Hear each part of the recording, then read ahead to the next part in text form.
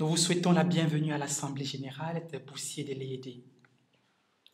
Comme vous le savez certainement, les membres du comité exécutif des Boussiers et les représentants des Boussiers au comité des bourses seront élus à cette occasion. Nous avons le réel plaisir de vous présenter brièvement les attributions et la composition des 10 comités d'une part, et le processus électoral d'autre part.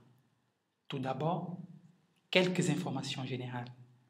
L'organisation des élections est l'une des tâches principales du comité exécutif des Boussiers.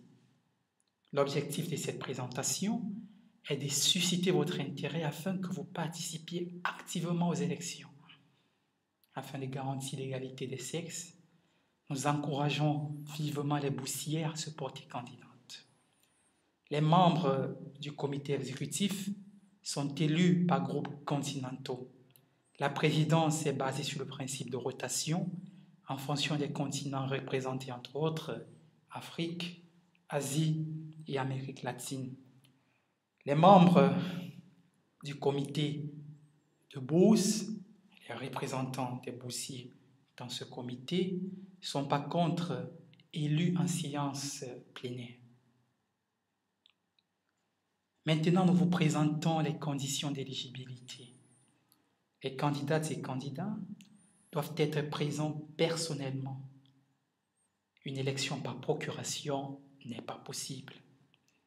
Étant donné que les membres du comité exécutif et les représentants des boursiers au comité des bourses sont élus pour une durée d'1 an, les postulants doivent impérativement bénéficier de la bourse de l'EED d'une durée minimale de 13 mois à compter de la date d'élection. En outre, ils doivent être prêts à participer et contribuer activement aux sessions des comités respectifs.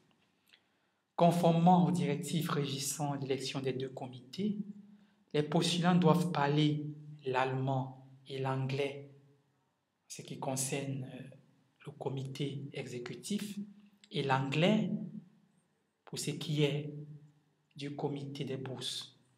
Compte tenu de la diversité linguistique des boursiers et la difficulté de compréhension y résultant, la maîtrise de l'une de ces langues, voire des 2 langues, est indispensable.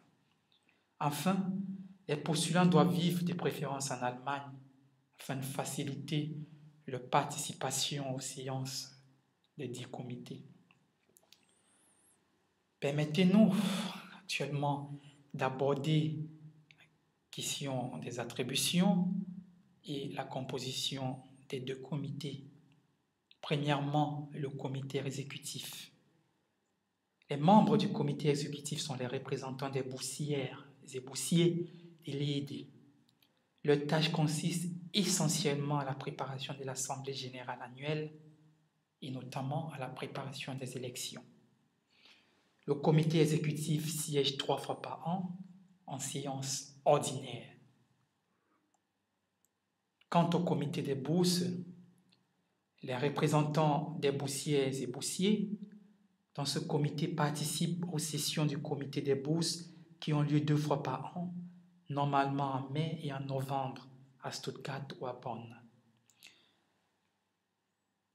Les représentants au comité de bourse doivent impérativement maîtriser l'allemand car cette langue est la langue officielle du comité de bourse, comme nous l'avons fait remarquer plus haut. Enfin, nous abordons le processus électoral et enfin la composition des comités. Comité exécutif.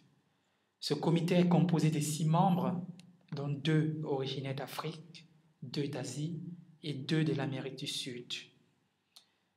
Les participants sont répartis premièrement en groupes continentaux, Afrique, Asie et Amérique du Sud.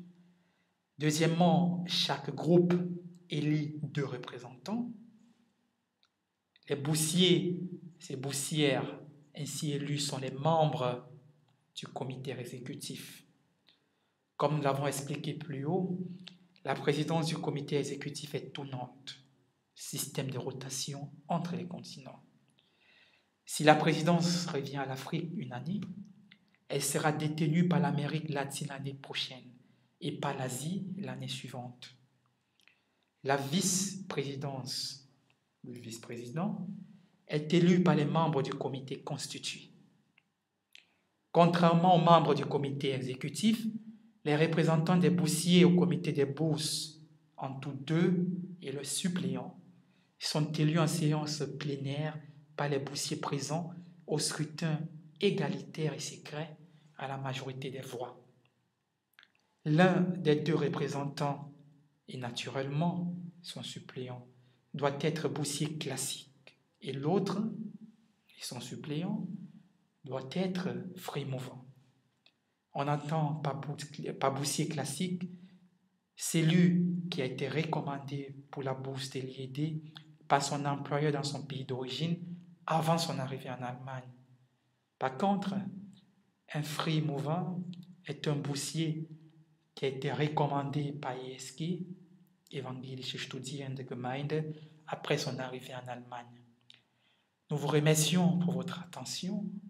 N'hésitez pas à contacter les membres du comité présent si vous avez des questions. Merci.